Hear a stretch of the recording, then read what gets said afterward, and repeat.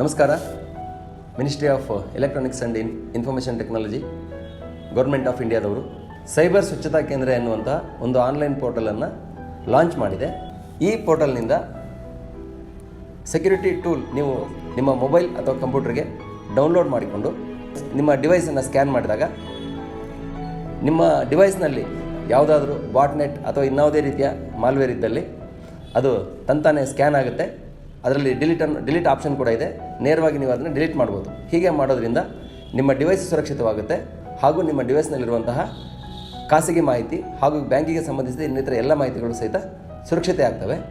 www.csk.gov.in click ಮಾಡಿದ್ರೆ ಅದರಲ್ಲಿ security option ಅನ್ನುವಂಥ ಆಪ್ಷನ್ಗಳು ಓಪನ್ ಆಗುತ್ತೆ.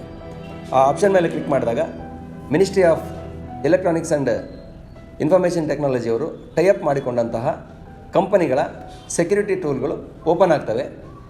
ನೀವು ನಿಮ್ಮ ಡಿವೈಸ್ಗೆ ಯಾವುದು ಸೂಟೇಬಲ್ ಇದೆಯೋ ಆ ಸೆಕ್ಯೂರಿಟಿ ಟೂಲನ್ನು ನೀವು ಇನ್ಸ್ಟಾಲ್ ಮಾಡ್ಕೊಳ್ಬೋದು ನೇರವಾಗಿ.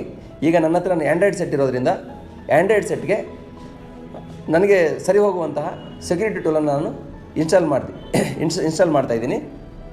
ಇದನ್ನು ನೀವು ನೋಡಿ ಮತ್ತು ಫಾಲೋ ಮಾಡಿ. ನಮ್ಮ ಸೈಬರ್ ಸುರಕ್ಷತೆ ನಮ್ಮೆಲ್ಲರ ಬಾಧ್ಯತೆ.